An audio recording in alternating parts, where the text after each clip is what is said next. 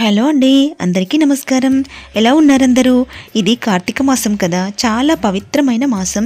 ఈ మాసంలో ప్రతిరోజు ప్రదోష సమయంలో ప్రొద్దున సాయంత్రం గనక దీపారాధన చేస్తే తెలిసి తెలియక చేసిన పాపాలు పోయి మోక్షాన్ని ప్రసాదిస్తారు ఆ శివకేశవులు. ఈ మాసం శివకేశవులకి ఇద్దరికి ఇష్టమైన మాసం కనుక ఇంత పవిత్రమైంది. అసలు ఈ కార్తీక మాసంలో ఏం చేయాలి, ఎలాంటి పూజ చేసుకుంటే ఎంత మోక్షం వస్తుంది, ప్రదోషకాలం అంటే ఏంటి, అసలు ఏ దానాలు చేయాలి అనేది వీడియో చేశాను. వీడియో లింక్ డిస్క్రిప్షన్లో ఇచ్చాను, ఓపెన్ చేసి చూడండి. ఇక ఈరోజు విషయానికి వస్తే, ఈరోజు కార్తీక శుద్ధ ద్వాదశి. ఈరోజు చాలా పవిత్రమైన రోజు.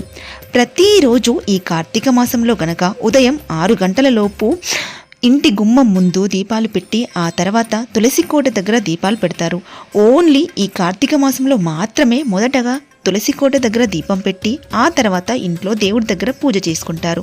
ఎందుకు అంటే చెప్తాను, వినండి. ఈ కార్తీక మాసంలో అత్యంత విశేషమైనది ఉత్తాన ఏకాదశి.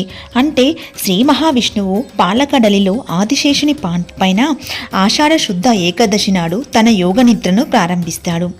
మళ్ళీ తిరిగి కార్తీక శుద్ధ ఏకాదశి నాడు కనులు విప్పి యోగ నిద్ర నుండి మేల్కొంటాడు. కాబట్టి ఈ ఏకాదశికి ఉత్తాన ఏకాదశి అనే పేరు వచ్చింది. ఆ మరుసటి రోజు ద్వాదశి నాడు 33,000 కోట్ల దేవతలతో శ్రీ మహాలక్ష్మి సమేతుడై తులసి ధాత్రి వనంలోకి వస్తాడు శ్రీ మహావిష్ణువు. అందుకే ఈ ద్వాదశిని క్షీరాబ్ది ద్వాదశి అని కూడా అంటారు. అంటే పూర్వం కృతయుగంలో దేవదానవులు పాల సముద్ర మథనం చేసిన రోజు కనుక దీనికి క్షీరాబ్ది ద్వాదశి అని పేరు కూడా వచ్చింది. పాల సముద్రాన్ని చిలికారు కనుక చిలుకు ద్వాదశి అని కూడా అంటారు. కనుక స్త్రీలు ఈరోజు వారి సౌభాగ్య సంపదల కోసం తులసి కోట దగ్గర విశేష దీపారాధన చేస్తారు. ఇంతటి మహిమ ఉన్నది కార్తీక మాసంలో వచ్చే ఈ క్షీరాబ్ది ద్వాదశికి.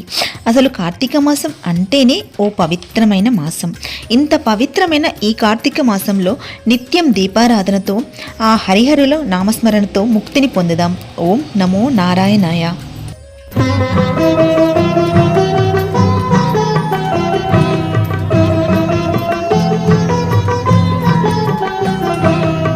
కళాభ్యాం చూడాలాంకృతశశికళాభ్యాం నిజతపఫలాభ్యాం భక్తేషు ప్రకటితఫలాభ్యాం భవతు మే శివాభ్యాం అస్తోకత్రిభువన శివాభ్యాం హృది పునర్భవాభ్యాం ఆనందస్ఫురధనుభవాభ్యాం నతిరియం.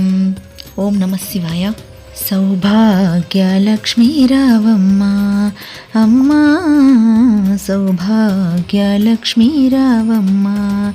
నుదుటి కుంకుమార విబింబముగా కన్నుల నిండుగా కాటుక వెలుగా కాంచనహారము గలమున మెరియగ పీతాంబరముల శోభలు నిండుగా సౌభాగ్యలక్ష్మీ రావమ్మ అమ్మా, సౌభాగ్యలక్ష్మీ రావమ్మ. నిండుగ కరముల బంగారు గాజులు ముద్దులకు పాదాలకు మూవలు గలగల గలమని సవ్వడి చేయగ సౌభాగ్యవతుల సేవలనందగా సౌభాగ్యలక్ష్మీ రావమ్మ అమ్మా, సౌభాగ్యలక్ష్మీ రావమ్మ. ఓం నమః శివాయ. ఓం నమో నారాయణ.